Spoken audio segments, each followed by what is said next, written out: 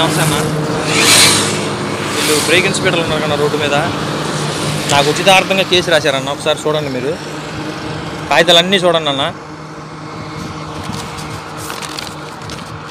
ఏదన్నా ఇన్సూరెన్స్ కానీ, కాగితాలు బ్రేక్ కానీ, పొల్యూషన్ కానీ ఏమి లేవన్నా కేసు రాశారని అర్థం కావట్లేదన్న. ఒకసారి చూడండి అన్నీ. ఇన్సూరెన్స్ కాగితం కూడా చూపిస్తాను. ఇవన్న ఒకసారి మీకు చదువు వస్తే దయచేసి చదువుకోండి అన్న. ఇన్సూరెన్స్ కాగితం అన్న చూడండి, ఇంకా మనకు టైం ఉంది. ఇవన్నీ ఉంది. ఇవన్న నా లైసెన్స్ చూడండి అన్న. బ్యాడ్జీ నెంబర్ అన్న. ఇవన్నీ ఎందుకు చెప్తానంటే అన్న, పొద్దున్నేస్తే రోడ్డు మీద బతుకుతున్నాం అన్న. మనం పొద్దున్నేస్తే రోడ్డు మీద బతుకుతున్నాం. ఇప్పుడు నా కేసు 2000 రాశారన్న. కేసు 2000 రాశారు. చూడండి అన్న.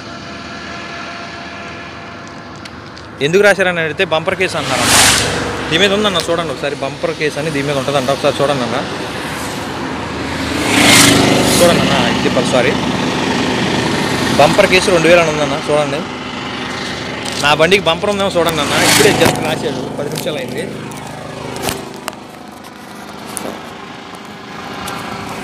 నా బండికి బంపర్ ఉందేమో చూడండి.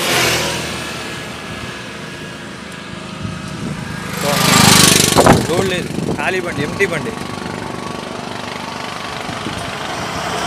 ఏంటన్నా ఈ దుర్మార్గం ఏంటన్నా, ఈ అన్యాయం ఏంటన్నా? అందరు కొద్దిగా దయచేసి అడగండి అన్న.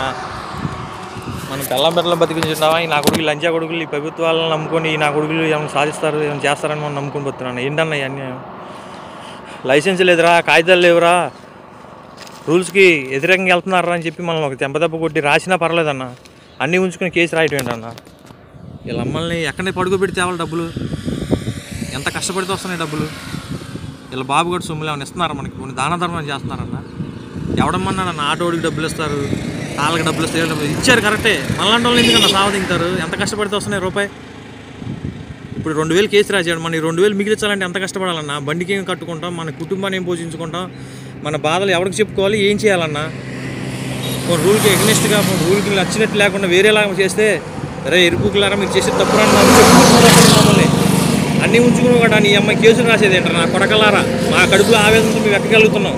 సార్ దయచేసి మా తప్పు అయితే క్షమించండి. కొద్దిగా అర్థం చేసుకొని, డ్రైవర్లు బాధ అర్థం చేసుకొని, డ్రైవర్లను కొద్దిగా మనుషుల్లా చూడండి సార్. ఉంటాం సార్, నమస్తే. అయ్యా బ్రేక్ ఇన్స్పెక్టర్ గారు, మీరు ఇందాక చెప్పారు, 10 నిమిషాల క్రితం చెప్పారు కదా, నిన్న 100 రాశారు, రేపు 150 కేసులు రాసి తీసుకురండి. ఏం చేస్తారు మాది? ఏదన్నా ఇలా అన్యాయంగానా మా మీద?